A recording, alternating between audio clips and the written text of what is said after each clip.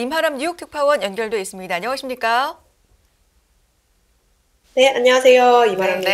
안녕하세요. 방금 10분 전에 뉴욕 증시 마감을 했습니다. 오늘 12월 1일, 12월의 첫 거래일인데요. 어제 증시가 급등한 이후 오늘은 혼조세로 장을 마감하는 흐름을 보였습니다. 3대 지수 오늘 혼조 흐름을 보이면서 장을 마감을 했고요. 나스닥 지수를 제외하고 양 S&P와 다우 지수는 전장 대비 소폭 하락하는 흐름을 나타냈습니다.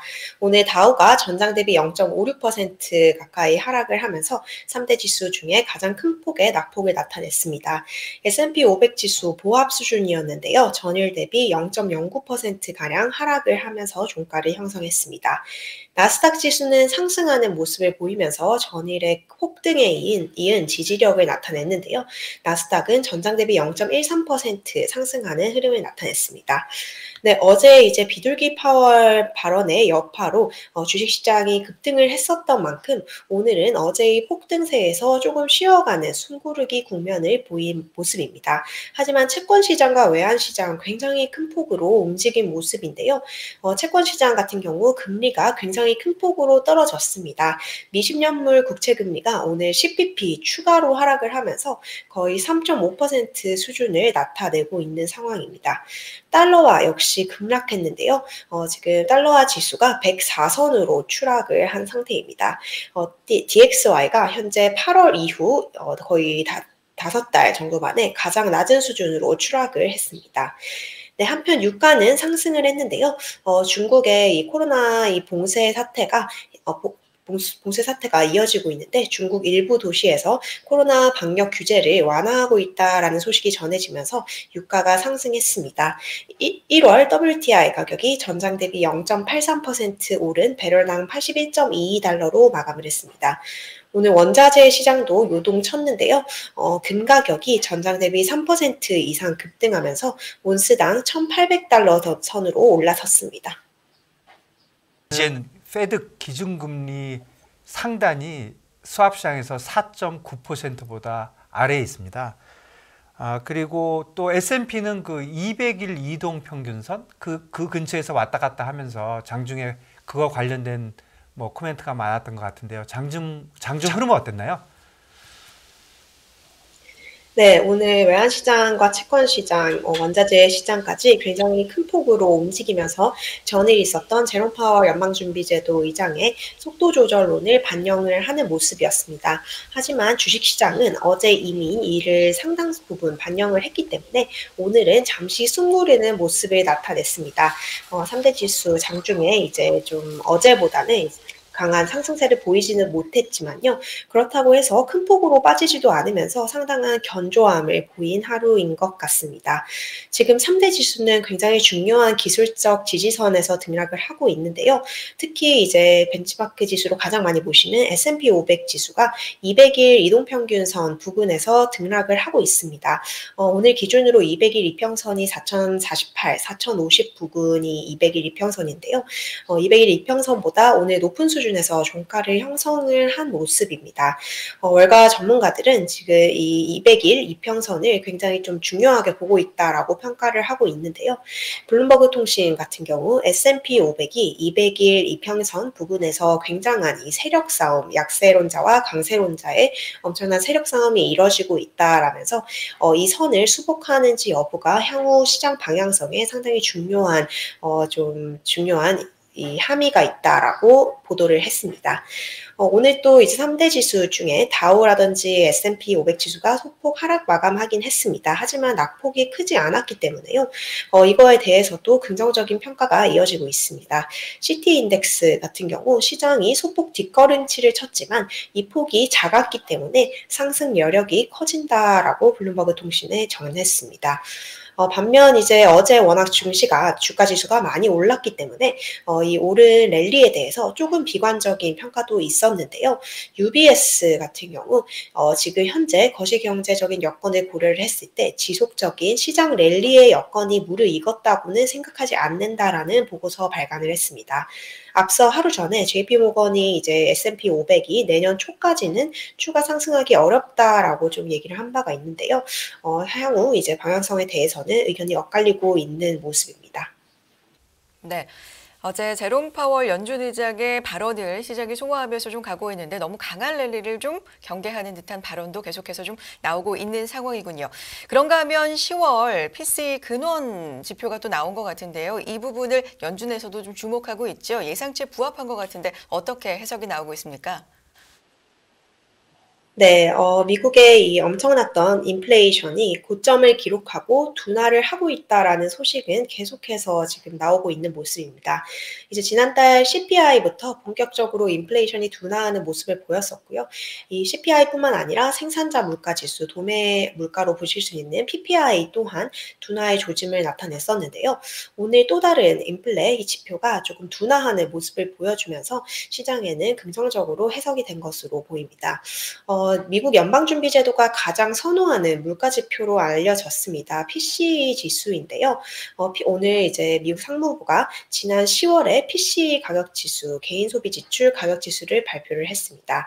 10월 근원 PC 가격 지수 지난해 같은 기간 동안 5% 오른 것으로 집계가 되었고요. 10월 PC 가격 지수 전월 대비로는 0.2% 오르는 데 그쳤습니다. 모두 이제 전달보다 상승세가 둔화를 했었고요. 그리고 월가 예상치에도 대체로 부합하면서 물가가 고점을 찍고 안정되고 있다라는 안정까지는 아니지만 뭐 물가 상승률이 이 수십 년 만에 최고 수준에서는 조금 둔화가 되고 있다라는 점을 드러냈습니다. 그렇네요. 어제 오늘 움직임은 뭐니 해도 파월 의장의 발언 이후에 움직이고 있는 것 같은데요. 그 파월 의장 말고도 윌리엄스, 보먼 이런 총재들도 말했는데 무슨 말들을 어떻게 했나요? 네, 오늘 연준 위원들 발언 2명이 나왔습니다. 어제에 이어서 계속해서 훈풍이 이어지고 있는 모습인데요. 가장 먼저 뉴욕 연방준비은행 총재인 존 윌리엄스가 인플레이션이 상당히 좀 좋은 방향으로 가고 있는 것 같다라면서 발언을 했습니다. 존 윌리엄스 총재 오늘 폭스 비즈니스와 인터뷰를 했는데요. 인플레이션이 옳은 방향으로 가는 신호가 보이기 시작했다라고 얘기를 했습니다. 지금 뭐 PCE도 잘 나왔고요. 10월 CPI라든지 PPI가 역대 40년 만에 최고치에서 후퇴를 한 것은 사실이기 때문에 인플레가 이제 옳은 방향으로 가고 있는 신호를 우리가 보기 시작했고 내년에 인플레가 큰 폭으로 하락할 것으로 예상이 된다라고 얘기를 했습니다. 하지만 이런 일부 신호에도 불구하고 연준의 목표치인 2%의 물가 상승률로 돌아가는 데는 몇 년 정도가 걸릴 것이다라고 얘기를 했는데요. 인플레이션율보다 충분히 높은 금리가 필요하다라는 의견을 강조를 했습니다. 또 연방준비제도 이사입니다. 미셸 보먼 이사인데요. 어제 이제 파월 의장과 비슷한 연준의 속도 조절론을 지지하는 발언을 했습니다. 금리 인상 속도를 늦추는 것이 적절하다고 얘기를 했는데요. 인플레를 낮추기 위해서 이제 해야 할 일이 아직 많이 남아 있지만 그러면서도 금리 인상의 속도와 레벨을 완화하면 이 지난 통화 정책 조치의 효과를 우리가 완전하게 평가할 수 있을 것이다라고 얘기를 했습니다. 3월부터 연준이 가파른 속도로 긴축을 진행을 해왔기 때문에요. 이런 후행적인 금리 인상의 여파를 평가를 하기 위해서는 인상의 속도를 조금은 이제 늦춰야 된다라는 의미로 해석이 됩니다. 하지만 그럼에도 불구하고 금리 인상은 지속될 것이다라고 얘기를 했는데요. 최종 금리 또한 9월에 예상했던 것보다 더 높을 것이다라고 얘기를 하면서 어제 제롬 파월 연방준비제도 의장의 발언을 거의 그대로 이제 되풀이하는 모습을 보였습니다. 네. 연준 인사들의 발언도 정리를 해주셨고요.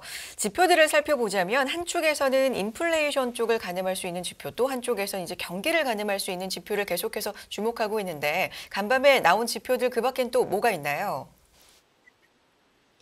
네, 간밤 미국의 제조업 경기 업황에 대한 지표가 발표가 되었습니다. 제조업 경기 업황을 판단하기 위해 이제 구매 관리자 지수, 제조업 PMI 지표를 보는데요. 이 제조업 PMI 지표가 상당히 좋지 않은 수준으로 집계가 되었습니다. 미국 제조업 같은 경우 이제 코로나 팬데믹에도 불구하고 계속해서 업황이 확장되는 추세를 보여왔었는데요.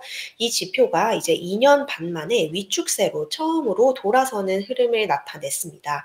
두 개 기관에서 PMI 지표를 오늘 발표를 했는데요. 먼저 S&P 글로벌이 11월 PMI 집계한 수준은 47.7로 집계가 됐고요. ISM이 집계한 PMI 지표는 49로 집계가 됐습니다. PMI 지표를 보실 때는 50을 기준으로 보시면 되는데요. 50을 하회할 경우 이 업황 자체가 위축되고 있다라는 국면으로 해석을 할 수 있습니다. 이 코로나 팬데믹 완전 초기였던 2020년 4월 그리고 2020년 초기 이후에 이렇게 50 아래로 PMI 지표가 떨어진 것은 처음인데요. S&P 글로벌 PMI 지표 같은 경우 2020년 6월 이후 2년 반 만에 가장 낮은 수준 그리고 처음으로 50 아래로 떨어지는 모습을 보였고요. ISM PMI 같은 경우도 30개월 만에 가장 낮은 수준으로 추락을 했습니다.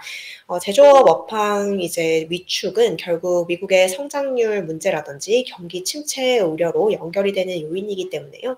장기적인 요인으로는 이 증시에는 조금 긍정적으로 보기는 어려운 것이 사실입니다.